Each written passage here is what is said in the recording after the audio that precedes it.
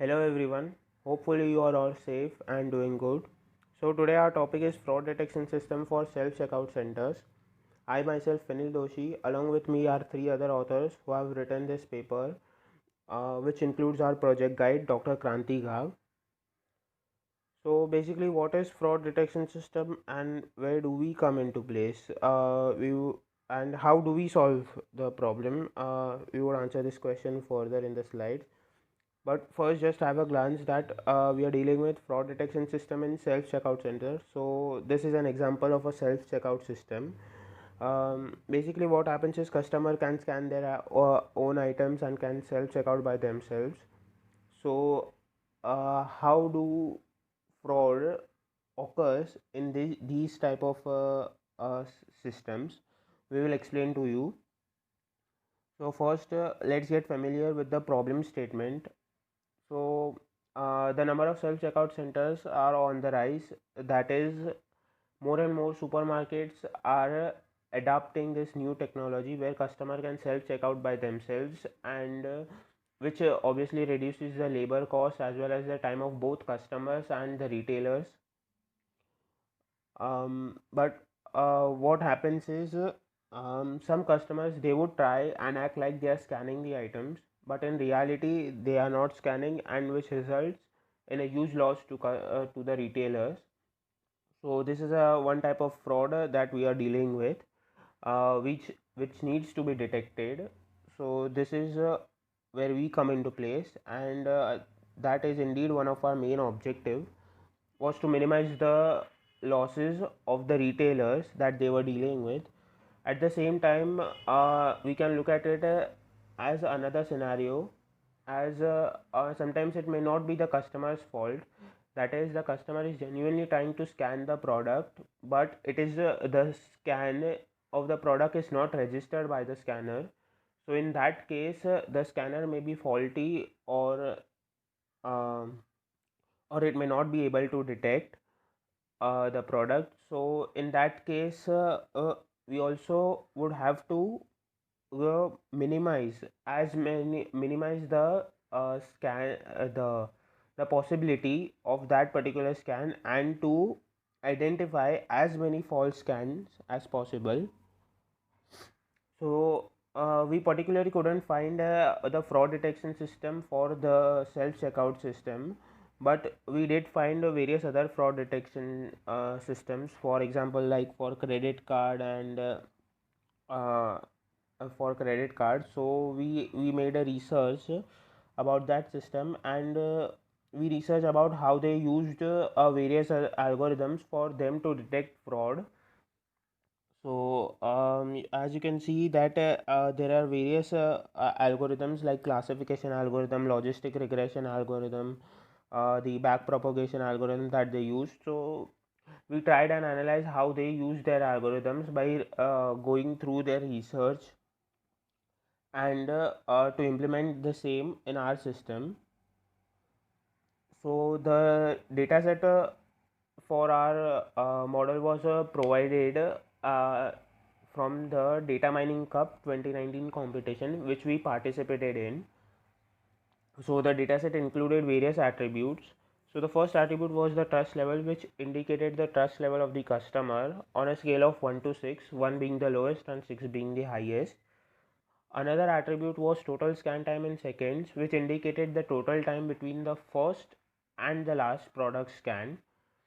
Another attribute was the grand total, which included the grand total of the total number of products scanned. Another one was line item voids, which indicated the number of void scans. Another attribute was scans without registration, that is, the number of attempts it took to activate the scanner without actually scanning anything. Another one was quantity modification. So the modification in number of quantities for one of the scanned products. Another attribute was scanned line items per second, which indicated the average number of scanned products per second. Another attribute was value per second, which indicated the average number of total values scanned of scanned products per second. The next attribute was the line item voids per position, which indicated the average number of item voids per total number of all scanned and not cancelled products. And the last attribute was actually the main attribute, that is fraud, which is our independent attribute, and which classifies whether the fraud is committed or not by using the numbers 0 and 1, 0 being not fraud and 1 being fraud is committed. So coming to the algorithm part, these are the list of various supervised learning techniques which we have used for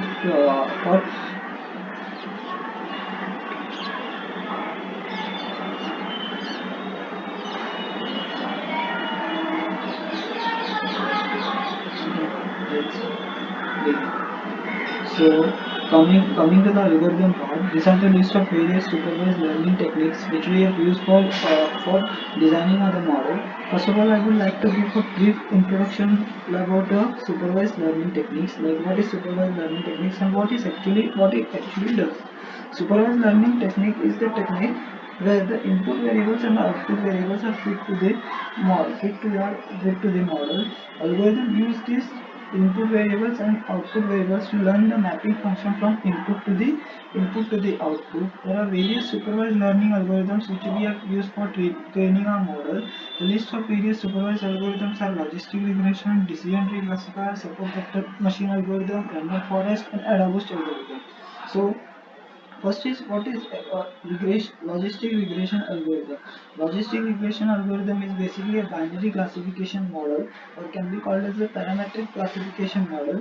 This means that the logistic regression models are the models that have the fixed number of parameters that depends on the number of input features and the categorical output prediction, or can be called as a binary classification on binary classification. Like for example, in our case, fraud fraud attribute such that is 0 means the no fraud and 1 being the fraud. The another classification algorithms are decision tree, support vector, and random forest. Now what this algorithm does, they have the two nodes, that is first is the decision node and the leaf node. Decision node are used to make the decisions and have the multiple branches, whereas the leaf node are the output of those decisions and do not contain any further branches.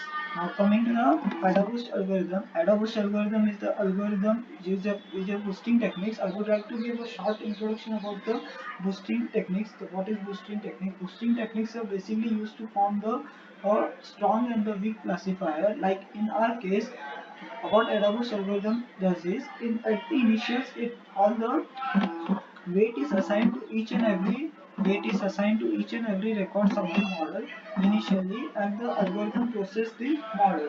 The records which are misclassified, or can be called as the records which are not correctly classified. The weight is further